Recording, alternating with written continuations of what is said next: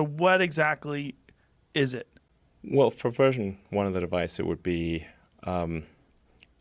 basically implanted in your skull. So it could be something that helps cure, say, eyesight, like returns your eyesight, even if you've like lost your optic nerve type of thing. You could then create a sort of a neural shunt that restores somebody who's a quadriplegic to full functionality.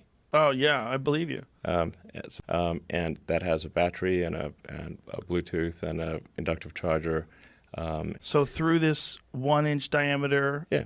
device, electrodes be inserted and they will find their way. I mean, they usually go in depending on where it is, 2 or 3 millimeters.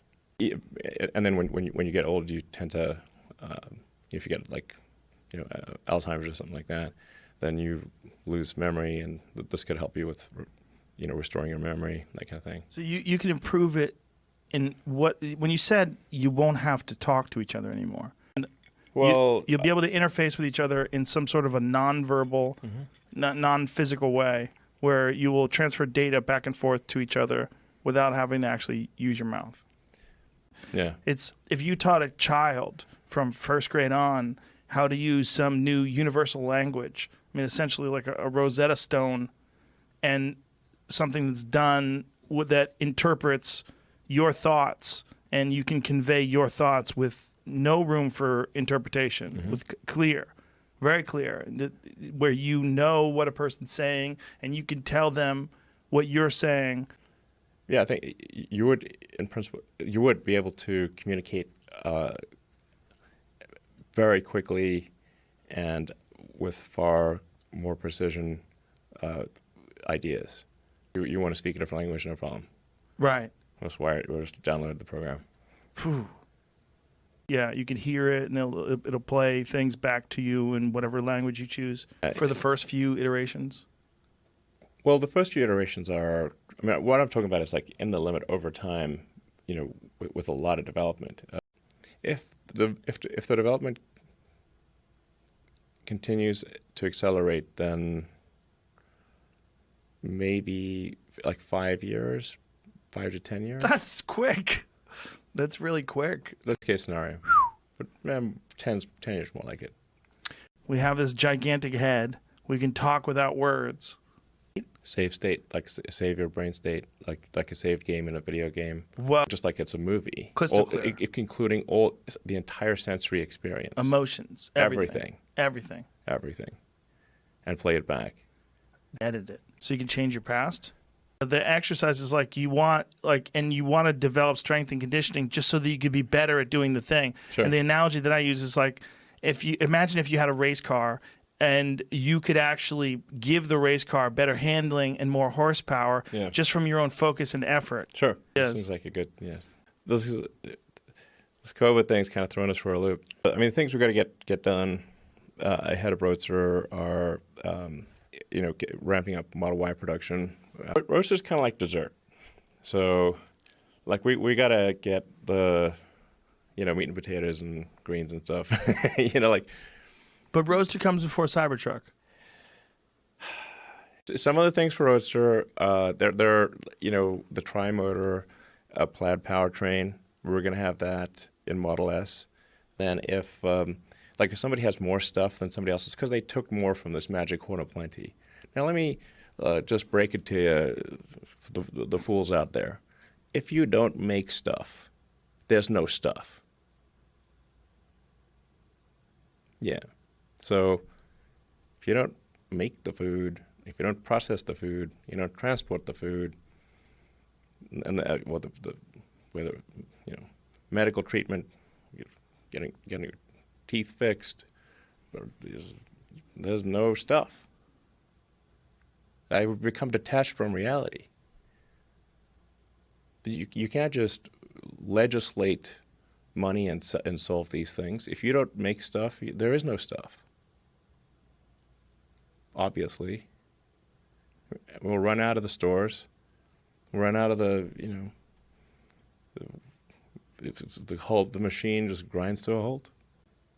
So if you can solve the data rate issue and especially output but input too, then you can improve the symbiosis that is already occurring between man and machine. We used to joke around about that. I've joked around about that a million times in this podcast, that one day in the future there's going to come a time where you can read each other's minds. Yeah. And It's like, feels like something's really, really missing. So when you, like what happens when let's say you've got some complex idea that you're trying to convey to somebody else. Well, your brain spends a lot of effort compressing a complex concept into words. And then you say those words are then interpreted, then they're decompressed by the person who is listening, and they will at best get a very incomplete understanding of what you're trying to convey. I mean, actually, if this, I think a lesson to be taken here that I think is quite important is that if you have grandparents and their age of grandparents, really be careful with any kind of flu or cold or something that is not dangerous to kids or young adults, but is dangerous to the elderly. It basically, if your kid's got a runny nose, they should stay away from their grandparents. It's the things that are where a young immune system has no problem and an older one has a problem. Yes. And let's clear up the data. So, like I said, something should be recorded as COVID only if it is somebody has been tested, has received a positive COVID test, not if they simply have symptoms, one of like 100 symptoms. And then if it is a COVID death, it must be separated. Was COVID a primary reason for death, or did they also have stage 3 cancer, heart disease, emphysema, and got hit by a bus and had COVID? Yeah, I've read all this stuff about them diagnosing people as a COVID death despite other variables. This is not a question. This is what is occurring. And where are you reading this from? Where are you getting this from? The public health officials have literally said this. This is not a question mark.